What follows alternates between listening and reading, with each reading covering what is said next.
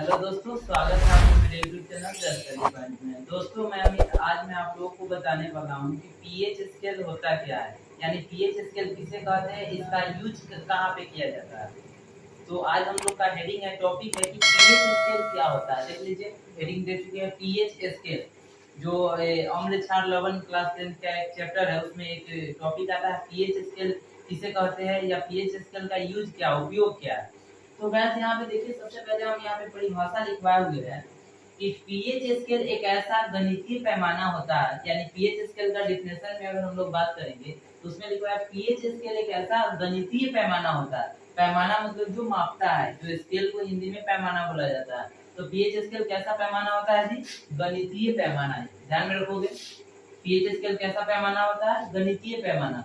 PH scale एक ऐसा गणितीय पैमाना होता है जिसके माध्यम से किसी विलयन की, मतलब कोई भी जो सॉल्यूशन है या विलयन है, जो जलीय घोल है, किसी भी विलयन की अम्लीयता, क्षारीयता तथा उदासीनता की जानकारी देता है।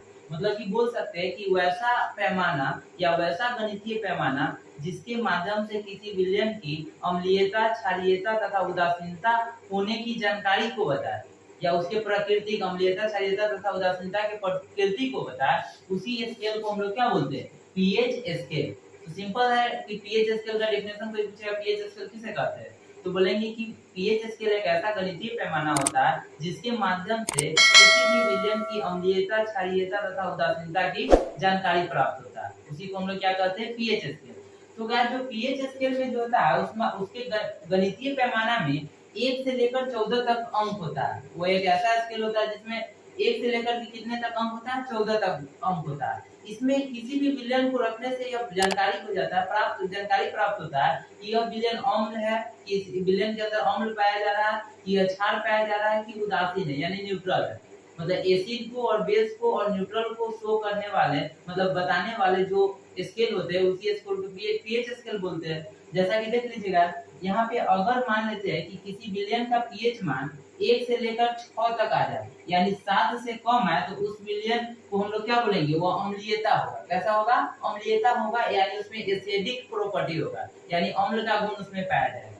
यदि किसी विलयन का पीएच मान 7 आ जाए, केवल मतलब केवल 7 के बराबर आ जाए, तो उसको बोलेंगे वो न्यूट्रल होगा। उससे जो सॉल्यूशन होगा या विलयन होगा वो क्या होगा? न्यूट्रल होगा या उदासीन होगा। वही उदासीनता का पीएच मान कितना होता है? 7 होता है। यदि किसी सॉल्यूशन का, यदि किसी विलयन का पीएच मान हमको 7 से ज्यादा आ जाए, यानी 8 आ जाए, 9 आ जाए, 9 से या 14 तक में कोई भी अंक आ जाए, तो उस विलयन का पीएच मान का गुण क्या होगा? यानी उस विलयन का गुण क्या होगा? वह क्षारीयता गुण होगा। यानी हम लोग पीएच स्केल की सहायता से बता सकते हैं कि कौन विलयन और किस विलयन में अम्ल पाया जा रहा है, कि क्षार पाया जा रहा है, कि वह न्यूट्रल है।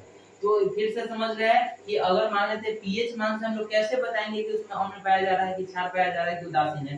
तो आप देख लीजिए, पीएच मान के अकॉर्डिंग हम लिखवा दिए कि अम्ल को जानकारी देने के लिए उसका पीएच मान कितना होना चाहिए? 7 से कम होना चाहिए। 7 से कम जो भी दिखाई देगा, अगर 2 आ जाए, 3 आ जाए, 5 आ जाए, 1 आ जाए, उसका गुण क्या होगा? वो अम्ल होगा। 7 से कम वाले पीएच मान क्या कहलाते हैं? अम्ल कहलाते हैं। अगर पीएच मान 7 आ जाए तो उसको हम लोग क्या बोलेंगे? उदासीन, यानी न्यूट्रल होगा। तो जब पीएच मान 7 आ जाए तो उसको क्या बोलेंगे? उदासीन। अगर पीएच मान 7 से अधिक आता है तो उसको हम लोग क्या बोलेंगे? क्षार होगा। मतलब उसमें कैसा प्रॉपर्टीज होगा? बेसिक प्रॉपर्टीज होगा, बेसिक गुण होगा। क्लियर है? यानी क्षार का गुण होगा।